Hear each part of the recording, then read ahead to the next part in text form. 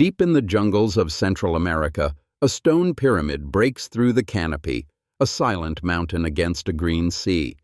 Its steps, once climbed by kings and priests, are now tangled with roots and vines. The air is thick, not with the smoke of ritual incense or the murmur of 1,000 voices, but with the hum of insects and the cry of a distant bird. This is Tikal, or perhaps Calakmul, one of dozens of great cities now reclaimed by the forest. For centuries, these plazas echoed with the sounds of life, markets bartering, children playing, the solemn processions of a powerful civilization. Today, there is only an overwhelming quiet, a silence that asks a profound question. How could a world so vibrant simply disappear? To understand their end, we must first understand who they were. The people we call the Maya were never a single, unified empire ruled from one capital. During their height, a period we call the Classic period, from roughly 250 to 900 AD, they were a complex network of powerful competing city-states, each a kingdom unto itself. At the heart of each city was the Kuhula Jaw, the Holy Lord. This was more than just a king. He was a divine figure, a channel between the mortal world and the realm of the gods. His bloodline was a sacred story, his actions were cosmic events, and his destiny was inseparable from that of his people. The fortunes of the entire city, from the harvest in the fields to victory in battle, were believed to rest upon the king's ability to please the gods. The great temples were built for him, the elaborate ceremonies were performed by him. The city was a reflection of his power, and his power was a reflection of the divine order. In these jungle kingdoms, the human mind reached extraordinary heights. Imagine a people so attuned to the cycles of time that they developed not one, but multiple interlocking calendars. Their most ambitious, the long count, was a system so precise it could map out dates thousands of years into the past or future, treating time itself as a vast, cyclical landscape. The engine behind this temporal mastery was a revolutionary mathematical discovery, the concept of zero.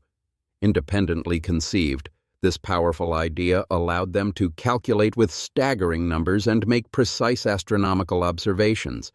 They tracked the movements of planets and predicted eclipses with an accuracy that would not be matched in Europe for centuries.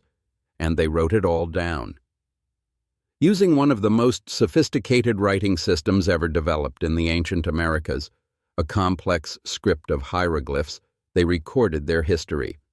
On stone monuments called stelae, on painted pottery, and in bark paper books, they documented the lives of their divine kings, the outcomes of their wars, and the intricacies of their mythology. But how did they feed the tens of thousands of people living in these dense urban centers, all built within a challenging tropical environment? The answer lies in an agricultural system far more complex than simple farming. They were masters of engineering the landscape to serve their needs. They practiced a form of rotating agriculture called milpa, but this was just the beginning. They carved terraces into steep hillsides to create more farmland and prevent soil erosion. In swampy lowlands, they built raised fields, or chinampas, fertile islands of soil that lifted crops above the floodwaters, creating incredibly productive gardens. It was a testament to human ingenuity, a delicate balance struck with a demanding land. But for all their brilliance, a deep fragility lay at the heart of their world, a vulnerability that would be exposed not by an outside invader, but by cracks forming from within. The first signs appear etched in stone. For centuries, the carved monuments, or stelae, erected in the grand plazas celebrated coronations, royal lineages, and the sacred passage of time. But as the late Classic period dawned, around the year 600, the tone of these stone histories began to shift, growing darker and more violent. The elegant glyphs that once tracked the movements of the heavens now recorded earthly conquests. The focus turned from divine right to military might. Warfare, which may have once been more ritualistic, focused on capturing high-status enemies for sacrifice, escalated into brutal, all-out campaigns.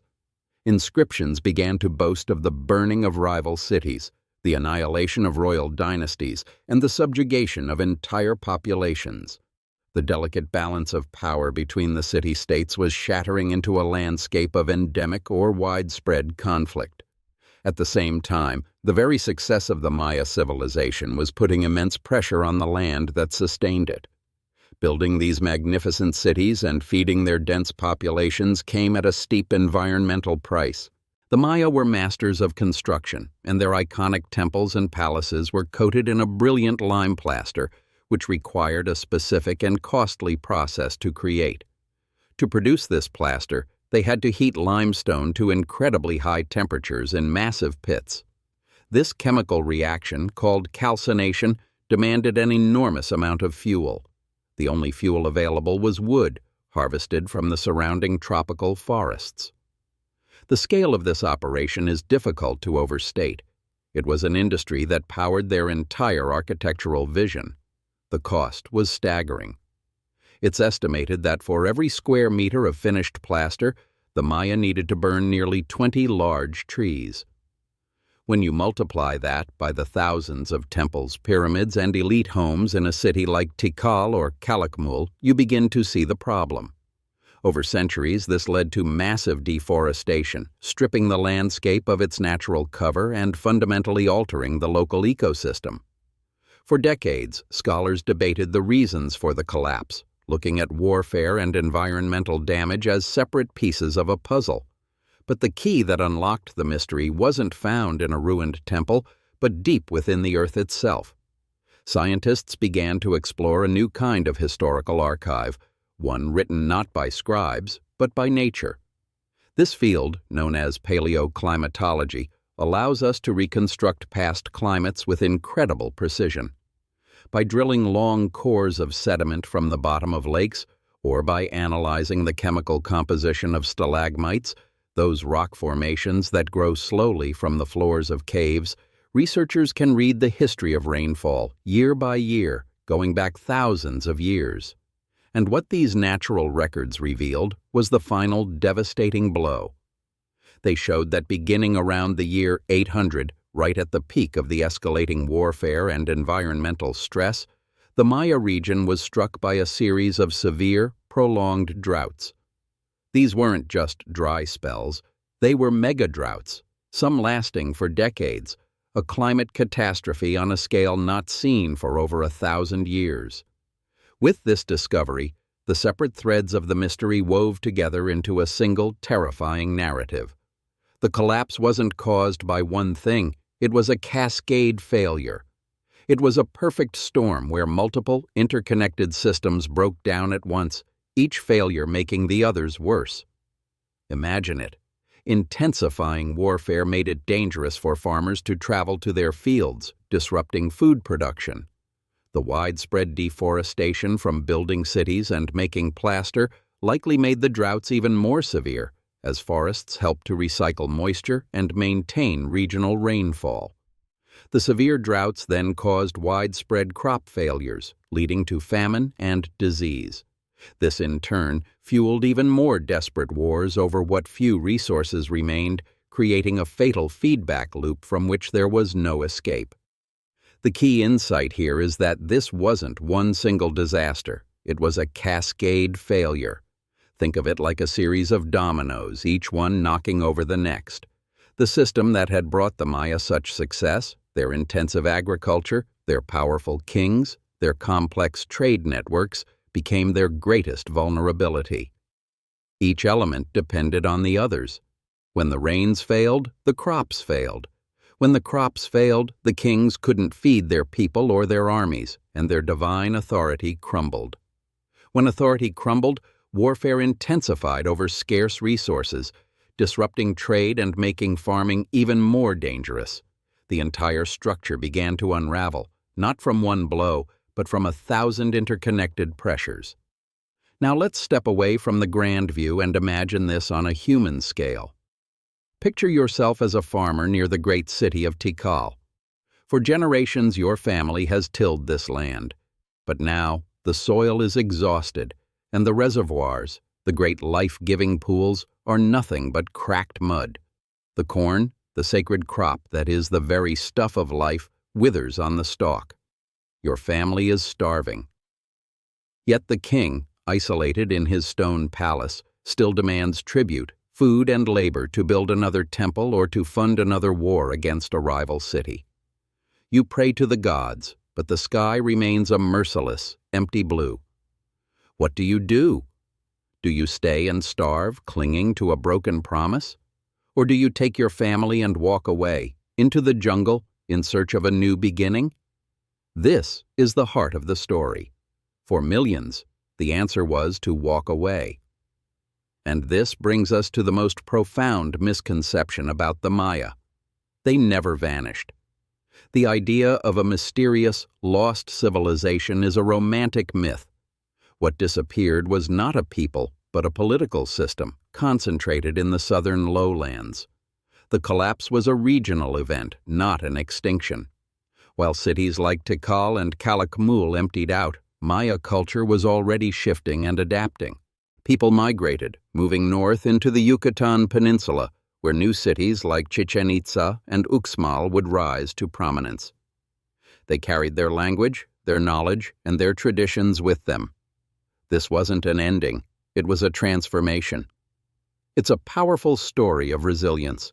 The Maya adapted to their new circumstances, building different kinds of cities, developing new trade routes, and creating new forms of art and governance. The great stone pyramids were reclaimed by the jungle, but the spirit that built them lived on in the villages and communities that endured. The story of the classic Maya collapse echoes through the centuries, offering a sobering lesson for our own time. It is one of history's clearest examples of a complex society that grew beyond the capacity of its environment to support it. Their sophisticated systems, once a source of strength, became too rigid to adapt when faced with an unprecedented crisis. It forces us to ask difficult questions. How do we balance growth with sustainability? How do we build societies that are resilient, not brittle? The Maya believed their kings could control the rains and guarantee the harvests. When that belief was shattered, so was their world. It's a timeless reminder that no civilization, no matter how advanced, is immune to the fundamental realities of its environment. Their silent cities, wrapped in the roots of the jungle, are not just relics of a distant past. They are a mirror, reflecting our own challenges with climate, resources, and the intricate, fragile systems we rely on every single day. The story of the Maya is not over. It is a living history, woven into the present, asking us what choices we will make. The story of the classic Maya is not just a tale of the past. It is a mirror. In their struggle, we see the reflection of our own world's challenges, a civilization pushing its environment to the absolute limit, where the very success that built their world also planted the seeds of its strain. Their story reminds us that no society, no matter how sophisticated, is immune to the consequences of its own footprint. We also see the fragility of complex systems. The Maya world was an intricate web of trade, alliances, and rituals, all held together by the authority of the divine kings. When that authority was shaken by lost wars, by failed harvests, by a sky that refused to give rain, the entire structure became brittle. It shows us how quickly the pillars of a society can crumble when faith in its leadership and its systems is lost. But the fall of the kings was not the end of their knowledge. While the great cities were reclaimed by the forest, the culture itself proved incredibly resilient. It transformed, adapting to a new reality. Knowledge of farming, of storytelling, of the intricate calendar was carried away from the stone monuments and into smaller, more sustainable communities, preserved not on stelae, but in the memory and practices of the people. And this is perhaps the most profound revelation. The Maya never vanished. Today, more than 7 million Maya people live in Central America and beyond. They are the direct descendants of those who built Tikal and Calakmul, a vibrant testament to a culture that endured one of history's most dramatic transformations. Their languages are still spoken in the villages. Their ancient farming techniques are still used to cultivate the land. Their unique worldview, a deep connection between the human, natural, and spiritual realms, continues to shape their communities. This is not a ghost of a civilization. It is a living, breathing heritage. This forces us to rethink the very word we use, collapse. For the Maya, it was not a singular apocalyptic event. It was a profound political reorganization, a deliberate move away from a top-heavy system of divine kingship that had ceased to serve the people. It was the end of one chapter, not the end of the book. In a way, walking away from the monumental centers was a survival strategy. By decentralizing, by breaking into smaller, more autonomous groups, the Maya people became more adaptable. They exchanged the grandeur of the stone pyramids for the resilience of the community, ensuring their culture would survive the fall of their state. So when we look at the silent ruins today, we should not see them as just the tombs of a failed civilization. They are powerful monuments to a crucial lesson in human history. They stand as a permanent, haunting reminder of what happens when the demands of a political system outgrow the capacity of the world it depends on. They ask us to consider the delicate equilibrium we all live in, the balance between our ambitions and our environment, between the complexity we build and the foundations that support it. The Maya story is a cautionary tale about the high price of ignoring that balance, a price paid not in gold but in the abandonment of a world. And yet the story is not finished. Even now, deep within the jungle, new discoveries are being made. Advanced scanning technologies are revealing thousands of previously unknown structures hidden beneath the canopy. The forest has not yet yielded all its secrets, and the Maya continue to teach us that even the greatest civilizations are just one part of the endless, unfolding story of humanity.